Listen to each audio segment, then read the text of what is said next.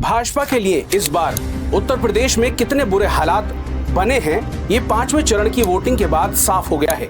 हर गुजरते चरण के साथ केंद्र में सत्ताधारी भाजपा की अधीरता इतनी बढ़ती जा रही है कि 5वें चरण की वोटिंग के दौरान उत्तर प्रदेश से शिकायतों की बाढ़ सी आ गई।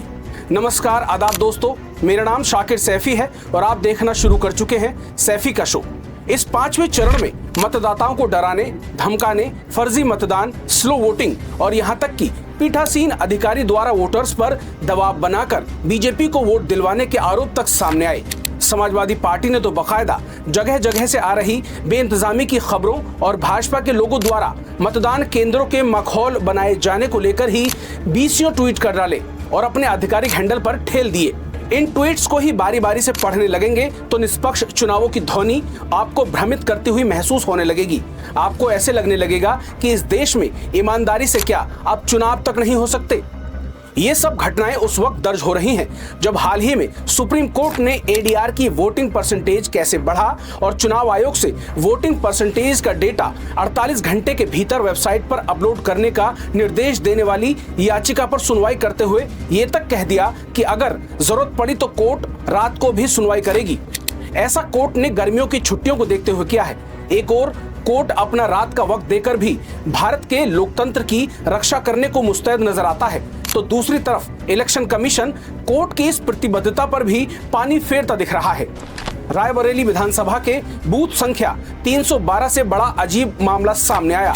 यहां भाजपा प्रत्याशी के भाई पर ही कांग्रेस पार्टी के एजेंट से वोटर लिस्ट और बस्ता छीनने के आरोप लग गए। ये हाल तब है जब इस सीट पर विपक्ष के कद्दावर नेता राहुल गांधी खुद चुनाव लड़ रहे हैं और ये सीट सालों से वीआईपी सीट का दर्जा हासिल किए हुए है। ऐसी सीट से भी धांधली और दबंगई की खबरों का सामने आना प्रशासनिक लचरता को तो दिखाता ही है, बल्कि भारत में निष्पक्ष चुनावों के दावों की भी हवा बाहर निकाल देता है।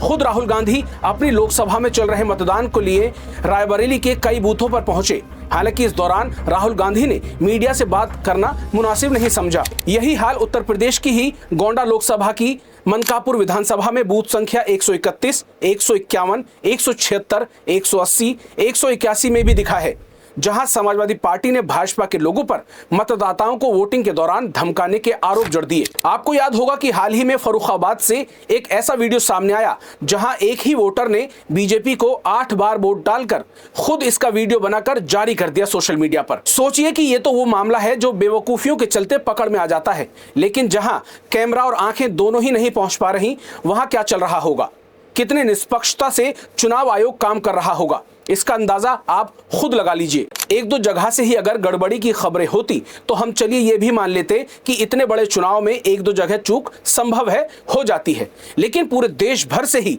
हर बार वोटिंग के दिन शिकायतों की बाढ़ आ जाना, और वो भी गंभीर किस्म की शिकायतों की बाढ़ आ जाना, चिंता तो पैदा करती है। पश्चिम बंगाल के बैरकपुर और हुगली में भाजपा कैंडिडेट्स और टीएमसी समर्थकों के बीच झड़प की खबरें भी इस बीच सामने आई।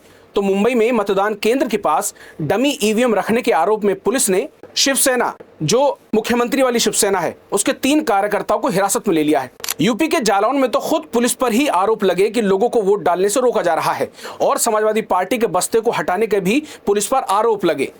पुलिस की भूमिका इस पूरे चुनाव में कैसी रही है, इसकी तस्दीक पिछले दिनों सामने आए उन सैकड़ों सोशल मीडिया मैसेजेस और वीडियो से सामने आ रही है, या आ गई है, जब मुस्लिम मतदाताओं को पोलिंग बूथ से भगाया जा रहा था। फतेहपुर लोकसभा की हुसैनगंज विधानसभा के बूथ संख्या 346 पर एक महिला ने पीठासीन अधिकारी पर बीजेपी उम्मीदवार को वोट डालने का दबाव बनाने का आरोप लगाया है। इन महिला को आप खुद सुनिए। हाथ पकड़ के साइकिल डाल का ऊपर वाले मन, जैसे साइकिल ऊपर बनी और नीचे वाले वो थाने बगल में डाले का है और वो मन डरवा से हमको 20 वाली में डरवा दी कमल में। ये अपने आप में ही संगीन मामला है कि खुद पीठासीन अधिकारी ही अब भाजपा के पक्ष में मतदान करने के लिए लोगों को धमकाने लगे।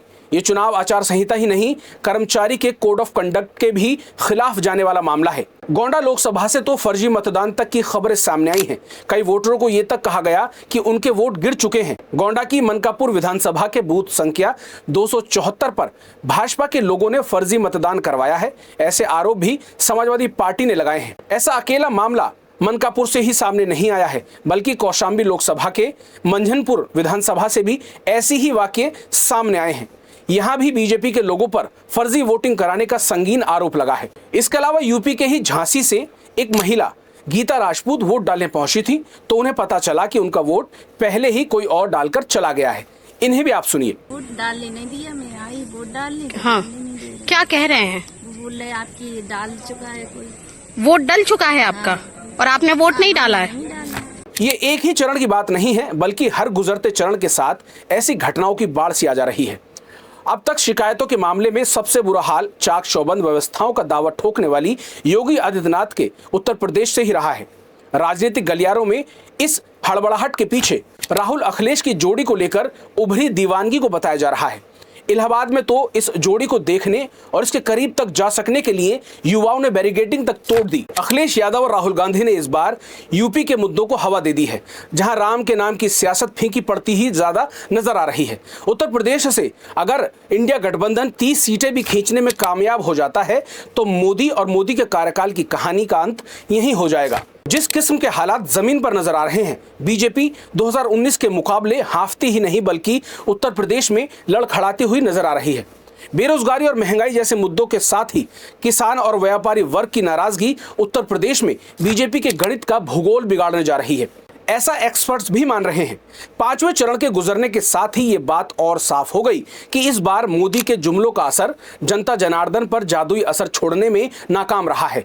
इतनी सारी शिकायतों पर चुनाव आयोग क्या संज्ञान लेता है, ये तो देखने वाली बात होगी, लेकिन इतना तय है कि मत की ये हेराफेरी मुल्क की सबसे बुरी हेराफेरी है और इससे भारत ही अंततः हार जाता है। एक ऐसा देश जो लोकतंत्र के रखवाले के तौर पर जाना जाता था, जब इतनी तादाद में धांधलियों की खबर उगलता है तो इससे सड़ चुके सिस्टम की झलक पूरी दुनिया नंगी आंखों से देखती है। 8 राज्यों की 49 सीटों पर हुए 5वें चरण के मतदान के बाद देश भले ही अगले चरण के चुनाव की ओर बढ़ गया है, लेकिन जब तक एक भी मतदाता का हक मारा जा रहा है, उसे डराया धमकाया जा रहा है, तब तक हर चरण चुनाव आयोग के माथे पर नाकाम आयोग का लेबल लगाकर ही गुजर रहा है। तो दोस्तों, ये खबर आपको कैसी लगी हमें कमेंट बॉक्स में जरूर बताइएगा और हमारे चैनल हिंदुस्तान पोस्ट को फॉलो और सब्सक्राइब करना बिल्कुल मत भूलिएगा। नमस्कार।